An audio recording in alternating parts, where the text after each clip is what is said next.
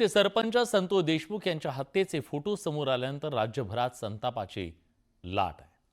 लोकांचा आक्रोश लक्षात घेता धनंजय मुंडेंना अखेर राजीनामा द्यावा लागला, पण केवळ राजीनामा देऊन भागणार नाही। मुंडेंना राजकीय जीवनातून हद्दपार करा अशी मागणी मनोज जरांगे पाटील यांनी केली। धनंजय मुंडे खुनाच्या गुन्ह्यातला आरोपी असल्याचा दावा जरांगे पाटलांनी केलाय।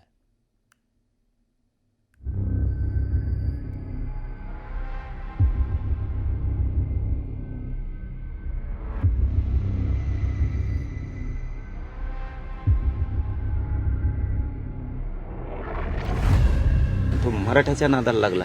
मराठ्याचा नाद नाही करायचा त्याने। तुला पायदळी तुळवायला वेळ नाही लागणार आम्हाला। 2-3 महिन्यात मॅटर संपवा। आता यांना चौकात फाशी देऊन गोळ्या घातल्या पाहिजे। धनंजय मुंडे 302 मध्ये आरोपी, राजकीय गुंड मित्र वाचवण्याचं काम केलं यांनी। एक दिवस यांची लंका अशीच पाण्यात डुबणार।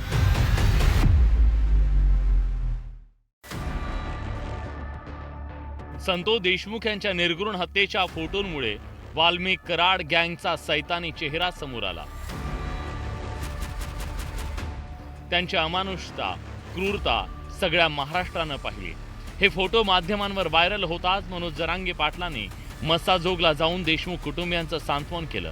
संतोष देशमुख यांच्या आरोपींना सोडणार नाही, त्यांची लंका आता बुडवणार असा इशारा जरांगेने दिला। एक दिवस यांची लंका अशीच पाण्यात डुबणार। 100% सांगतो, यांच्या असल्या मगरुरीमुळं आणि मस्तीखोर वागणुकीमुळं यांची लंका 100% पाण्यात डुबणारे।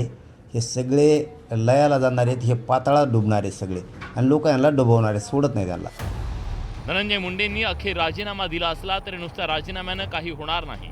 त्यांना या गुन्ह्यात सह आरोपी करावं अशी मागणी जरांगेंनी केली। तसंच त्यांची आमदारकी रद्द करण्याची मागणीही केली आहे।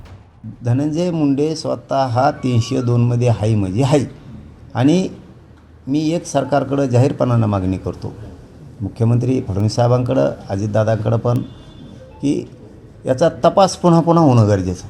किंवा मग आता जो पुरवणी तपास होईल त्याच्यात सहआरोपी सगळे झाले पाहिजे। 100-150 जण आहेत, आणि धनंजय मुंडेसुद्धा सहआरोपी झाला पाहिजे। कृष्णा आंध्रे जो तो अजूनही गायबच। धनंजय मुंडेने गायब केलं त्याला।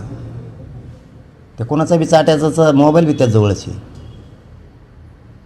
त्यांनीच केलं हे सगळं। आता चार्जशीट झाल्याच्या नंतर राजीनामा दिला आहे, पण त्याने आमदारकीसुद्धा ठेवू नये स्वतः मनानेच। धनंजय मुंडे यांनीच वाल्मिक कराडच्या टोळीला पोचलं। ही टोळी आता संपायला हवी, ती संपल्याशिवाय शांत बसणार नाही असा इशारा जरांगेंनी दिला।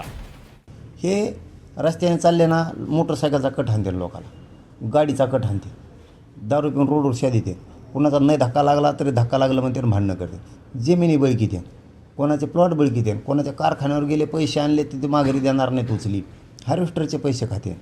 हे कसली काही करणार। यांचे पोलीससुद्धा काही जण त्या टोळीत सक्रिय आहेत, केशी घेणार नाहीत, काय घेणार नाहीत। इथून पुढं मराठ्यांना त्रास दिला नाही, यांना काचकाच दाखवला आता, यांना सगळ्यात जेलातच चढवायच्यात राहिलेली टोळीसुद्धा। संतोष देशमुखांच्या हत्येचे फोटो समोर आल्यानं बीड जिल्ह्यात असंतोष पसरलाय। मुंडेंचा राजीनामा हे उशिरा सुचलेलं शहाणपण असून आता ती वेळ निघून गेली आहे, अशा भावना इथल्या नागरिकांनी व्यक्त केल्या।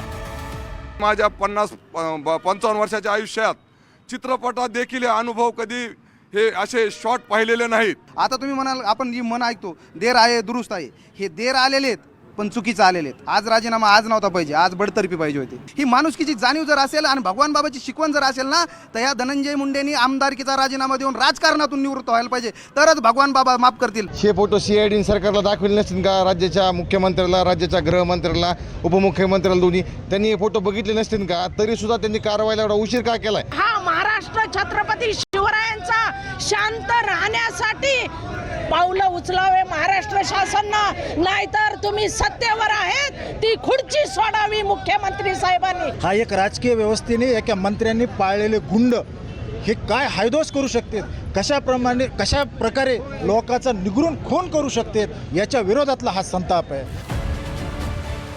संतोष देशमुखांच्या हत्येचे फोटो समोर आल्यानं वातावरण ढवळून निघालंय।